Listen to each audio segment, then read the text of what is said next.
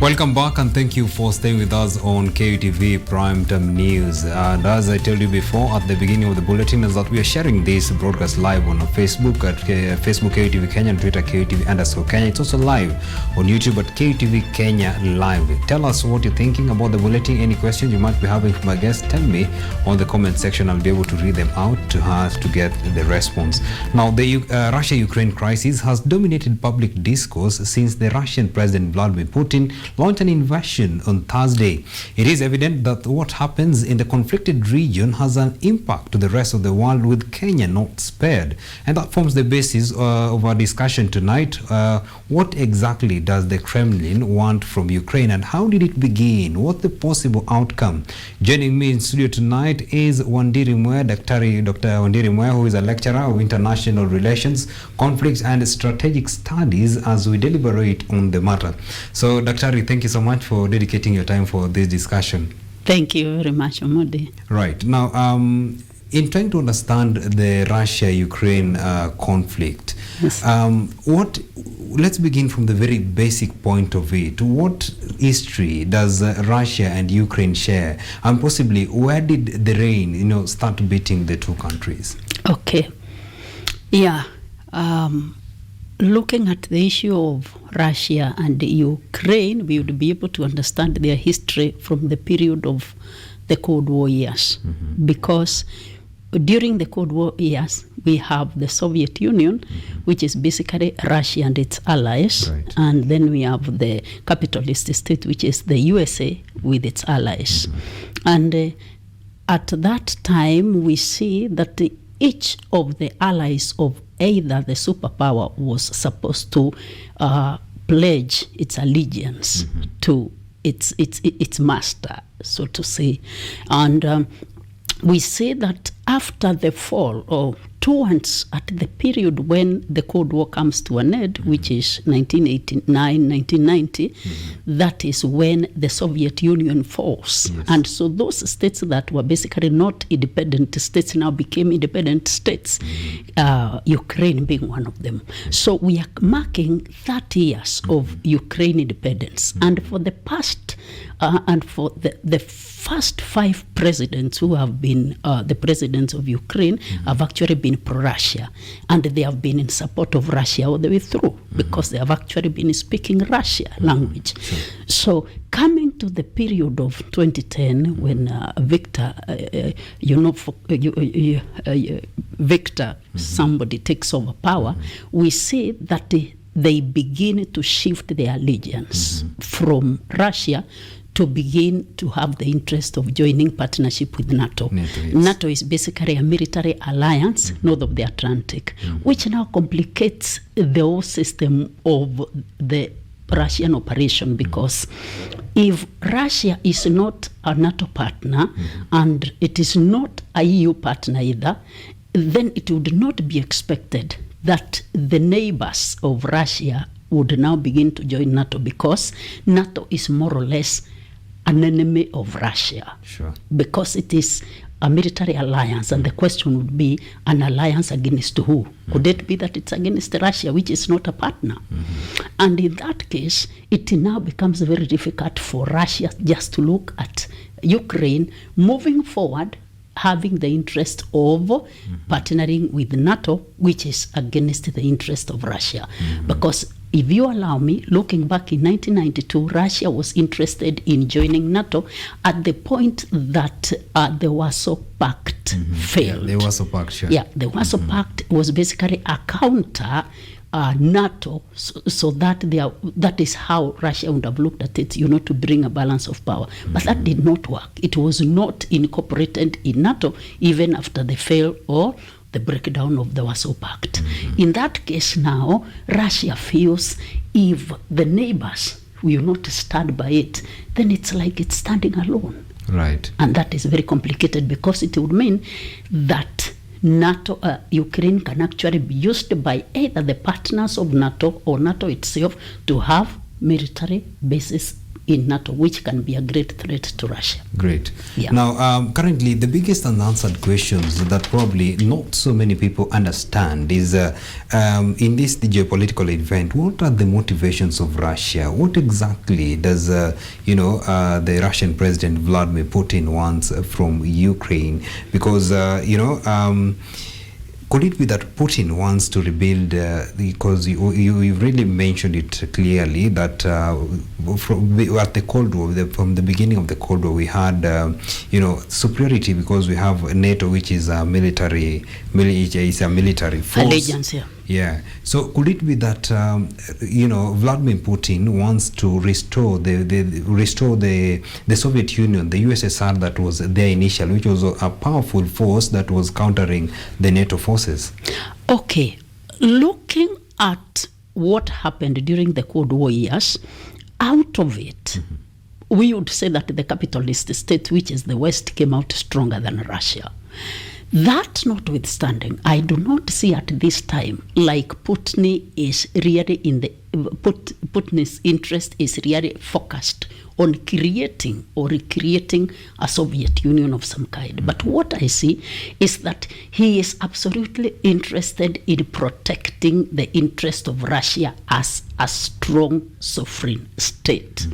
And I would refer our audience to the famous Putin 2007 speech, which he tried to explain his Russian foreign policy in relation to security and the extent to which he values the security of the state of Russia, and not just within Russia but outside Russia. Right. That then would explain that his interest is really not how much can he be able to build another Soviet Union. It's how much can he be able to have Russia stand without external or internal threats from its, both from within and from its neighbors.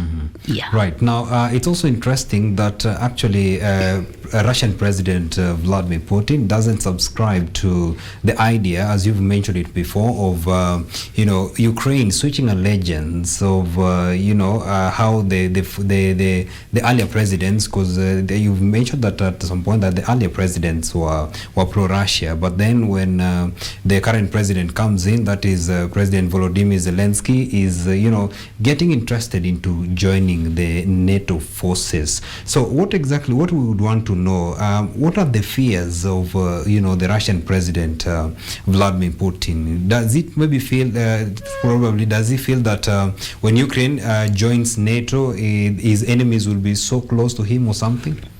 That is well stated. No one would want to have an enemy every other day close to your doorstep, because that in itself pronounces a threat. And looking at what has been progressively been there with NATO and its partners, NATO has continually increased its partnership, because we see, as we talk now, Poland, which is next to Ukraine, is one of the partners of NATO. The West has used Poland to create a military airbase within Poland. That means that in the event that Ukraine would become a NATO partner, it could be used as a military base, either by the West or by NATO itself, and with that military base, that would actually act as a great threat to Russia. Allow me to refer to the 1962 Cuba Missile Crisis, when Russia was very close, or when they had a conspiracy of some kind to have Russia bring its ballistic missiles to Cuba, Cuba, which is very close to the United States of America. At that particular time, John F. Kennedy, who was the president then of the United States of America, argued that if Russia was not going to withdraw its missiles from Cuba, then America was going to make sure that they would sink their ships in the sea.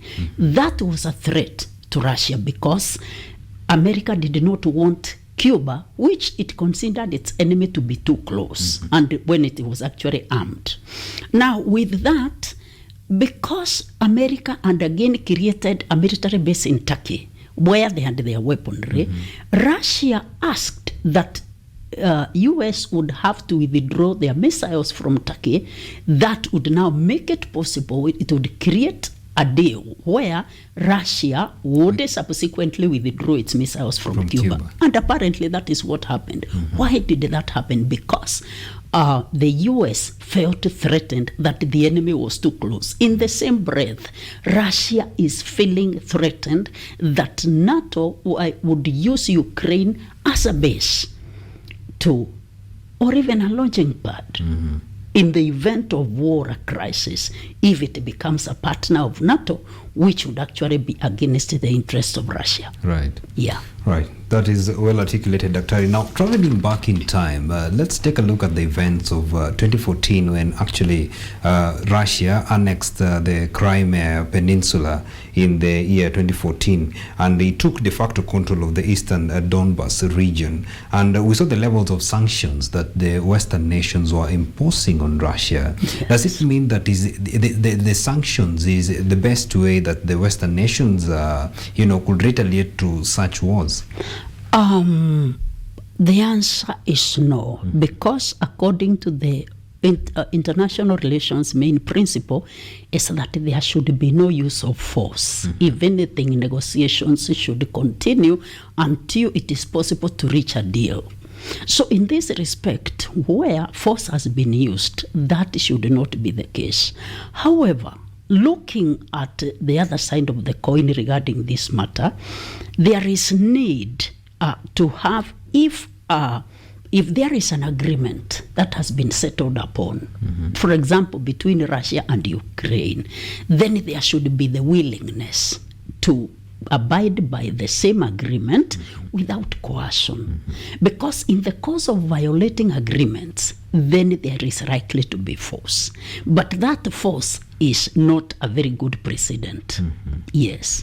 Right. Now, Dr. Another question that is really lingering in the minds of many people around the world is the position of China in the Russia-Ukraine crisis, because Beijing calibrated its position as being neutral, and but we've seen it's not imposed any sanction on Russia. And now, could that mean probably that Russia is China is supporting Russia in this conflict that you're having with Ukraine? Okay.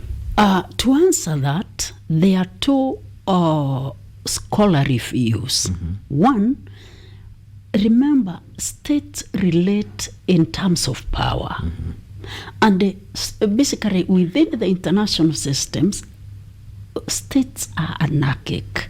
And each state is basically trying to pursue its interest. In that respect, China has got an interest of pursuing its economic venture.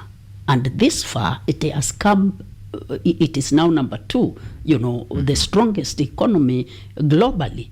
That means it wouldn't even mind being number 1. And therefore, as its allies continue, as Russia and Europe continue in the infighting, that gives it an upper hand in trying to advance its markets, because it has advanced its markets globally, not just in Africa, but even in Europe and the West. So it continues to advance its economic interest, and in that case, of course, it is still gaining advantage. Then on the other side, we see that China is having an issue with the United States, because it has an interest in having an military airbase in the China Black Sea. That now makes it, looking at it, it could be slow but sure. Probably China could be thinking that in the future days, it could still be faced by a similar situation, which would now look like it is a replica of what was between Russia and Ukraine. For that cause, it needs an ally if every other country would certainly not support it, Russia would still stand by its side. So there are two ways of looking at this issue. Right. Yeah. That's so impressive, Dr. Now, the conflict in Russia, the conflict in Ukraine, it has attracted interest globally, and we've also seen, Kenyans, we've seen Africa at large responding to the Russian aggression against Ukraine, because, for example, we've seen the Kenyan ambassador to the UN, that is Ambassador Martin Kimani, condemning the actions of Russian president. What exactly does this conflict mean to Africa? And probably you could also enlighten us. The conflict in Ukraine, what does it mean for Kenya as a country? Okay, now, first we would be looking at the currencies, and you know that the hard currencies do not easily get devalued like the currencies that we use within the developing world, or the third world if you like. And therefore, because it would not be very easy for, say, the dollar, the sterling pound, the yen, the Japanese yen, to be devalued as much as the Kenyan shilling would be devalued.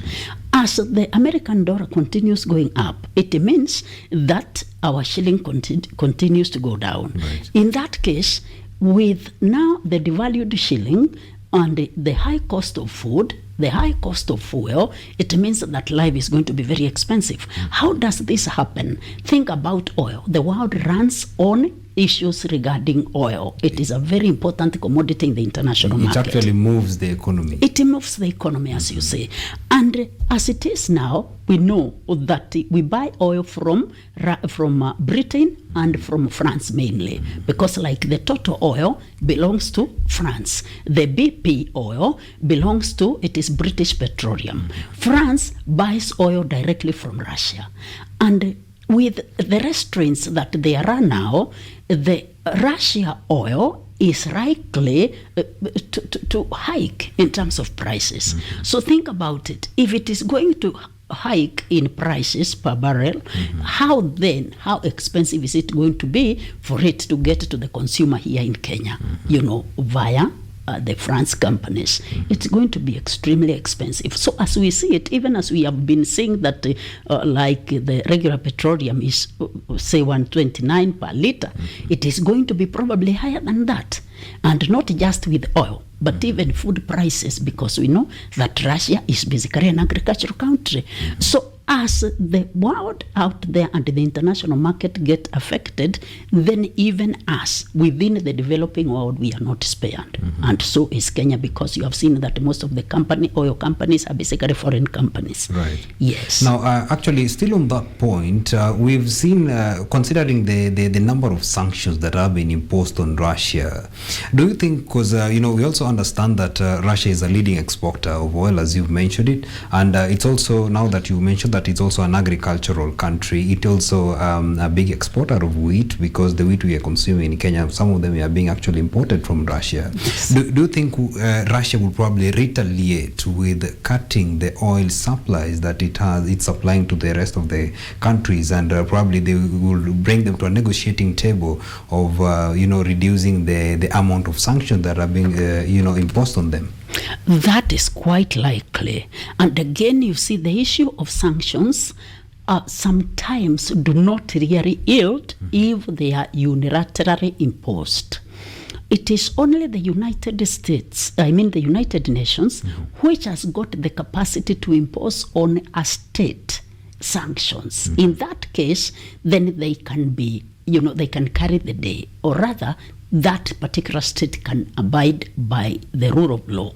But in as far as it is other nation states that are putting sanctions on Russia, it will be very difficult, because they could even be counterproductive. Because you see, if you are going to say, if, for example, the financial markets will decide to close their banks because they do not want Russia to trade with them, then Russia will quickly shift and then move to another direction where it will, of course, get funding, which means that it is not every sanction that is going to yield. And then it will now be very difficult for the UN to put sanctions on Russia. Why? Because Russia is a UN veto power. That now complicates the whole thing. Right. And therefore, it is now hard for these sanctions to yield because they're actually being put on Russia, unilaterally by states in their own interests. Right. And we have seen that some of them are not really working because some of them could actually be counterproductive and even become of negative effect to the states that are putting them on Russia. Yes. Now, maybe just on a light note, looking at the countries that are imposing sanctions on Russia, and probably not only sanctions, let us just get away from the sanctions, but the countries that have been condemning the actions of Russia. Yes. Because you're looking at the UN security meetings. For example, let's just talk about Kenya. We saw Ambassador Kimani saying that whatever Russia is doing is bad or something. He's condemning Russia in a way. Yes, yes. And we understand in the year 2021, Kenya exported tea to Russia to a tune of $21 billion US dollars. Yes. Do you think maybe when it is now coming out clearly that some nations are condemning what Russia is doing, probably Russia would cut business with them, like for example Kenya, because now it is now known that Kenya is condemning what they're doing. Would they probably consider maybe cutting some business? Oh, that would only depend on its interest, because like we have said, that the interest of a state come first, and because states relate in terms of power, if they still have that interest of tea in their market, they will still continue trading. They will still continue trading with Kenya and other countries as business partners. Except that, of course, when we look at the issue of sanctions, that is still making it very complicated. Because you see, if countries begin relating in the way that Russia is now relating with Ukraine, and then of course other states begin putting sanctions, you see, it also interferes with bilateral relations, and I think that is not the best way to go. Again, it is very unprecedented the way Russia has actually acted on Ukraine, because now what we are saying is every other strong state has now the willpower, can develop the willpower to prevail upon weaker states in times of need.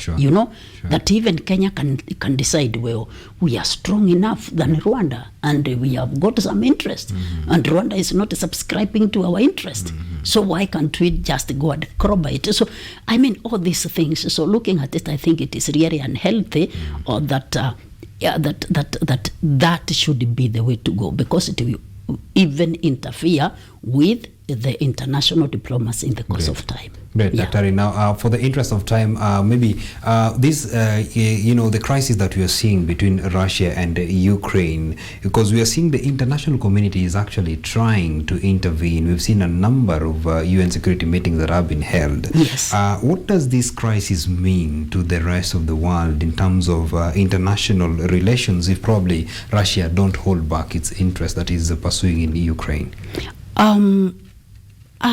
In my view, it is quite unlikely that Europe or the West would actually go into war. In other words, it is quite unlikely that Europe will be engaged in a full-scale war. In my interpretation, when I look at the development of this conflict, it can escalate. But I am sure it is not going to get to a full-scale war because of two reasons. One, remember the problem here is NATO and Ukraine. The Chapter 5 of the NATO Charter of Collective Security explains that when one NATO partner is attacked, all of us, the rest of the partners are under attack. Now, it is only within the confines of NATO partnerships that NATO will engage in war. Ukraine is not a NATO partner this far. As much as it was expected to have to sign a deal with NATO on June of this year, and I think that is why Russia had to move very fast. It is actually expected that in this same year, in September, Ukraine is supposed to sign a deal with EU to become a member.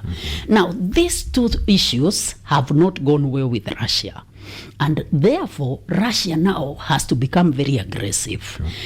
But I do not see a situation where there is going to be a full war once again, I repeat, because Russia is not a member of NATO. Ukraine is neither a member of NATO.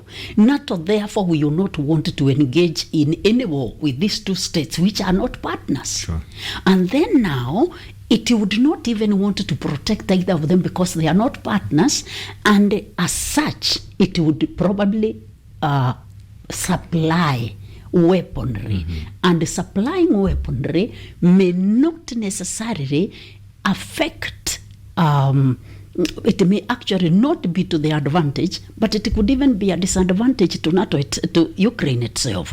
Because with so many weapons that have so far been supplied within Ukraine, so that everyone can be able to protect himself or herself against the aggressor, we are saying in the very short period, we are going to have a proliferation of arms within that particular area, of Ukraine. What does that mean?